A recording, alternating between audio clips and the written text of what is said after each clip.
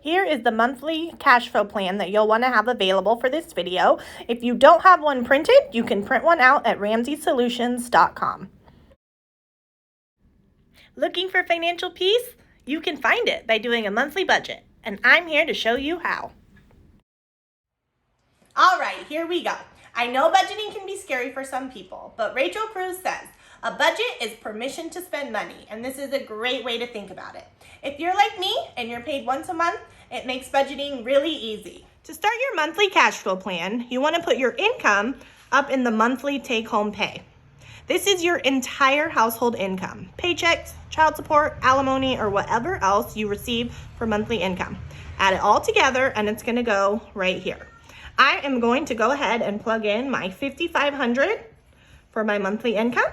And now it's just filling in the boxes for the rest. So you'll see on the right-hand side, it says budgeted.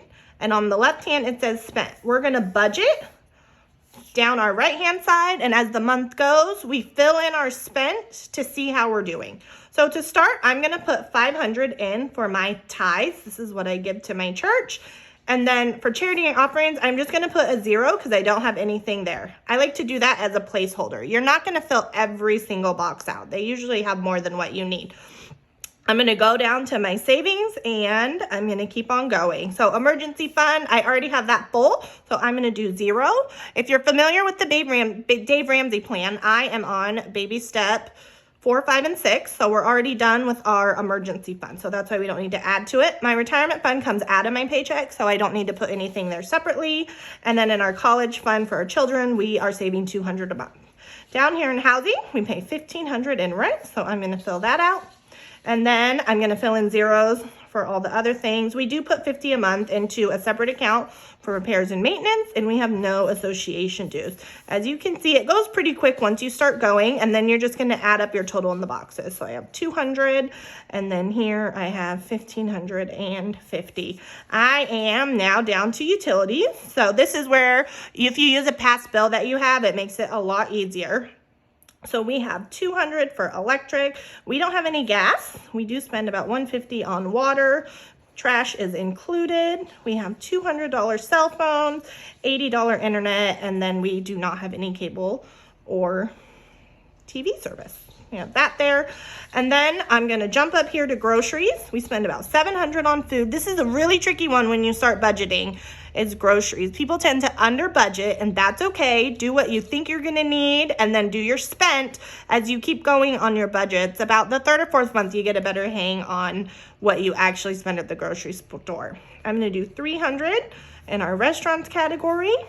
Jumping down to clothing, we put about $50 a month. This one's kind of hard just because you don't know what you're going to spend. So we just put it to the side and then we have it there. I do a general fund, that's for adults and children, and then just zero the rest of those out. Transportation, we spend about $400 in gas, and then I'm gonna zero out the rest. There we go. Down to medical, we have about $30 in prescriptions that we pick up, and then we can zero out the rest of those. Remember, if you're gonna have a month where you're gonna be going to the doctor, it's good to plan ahead for that also. Okay, moving on to the next page, we have insurance. So for life insurance, we spend $150. Health insurance is taken out of our paycheck. So I'm gonna jump down to auto insurance where we have $150. Zero the rest of these out. And then we have our total there. Personal, you have all sorts of options. So just going through and figuring out what you have. We put $100 in toiletries.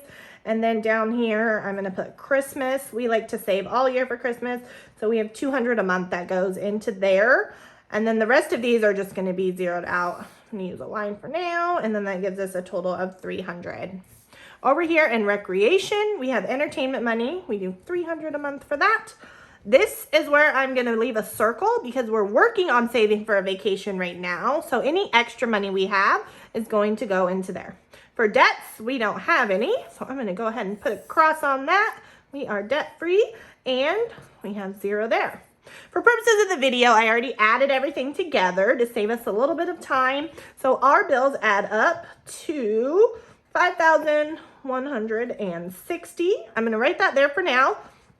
We had our $5,500 take-home pay. Remember, the goal is to get to a zero budget. So now that I know the difference, I'm going to grab a calculator. And then I'm going to subtract it. So I have our $5,500 minus what our bills add up to, a difference of $340. So that is what I'm putting into our vacation savings for our Disneyland trip. And now, when I add 340 to 5160, it's gonna give me 5,500. So I officially have zero left after. And that is the goal at the end of your zero-based budget. And there you have it, a completed monthly cash flow plan. Dave Ramsey says, a budget is telling your money where to go instead of wondering where it went. I hope you found this video helpful. Good luck with your budget, and remember, it's okay not to get it right the first month. It usually takes 3 to 4 months to really get the hang of your household budget.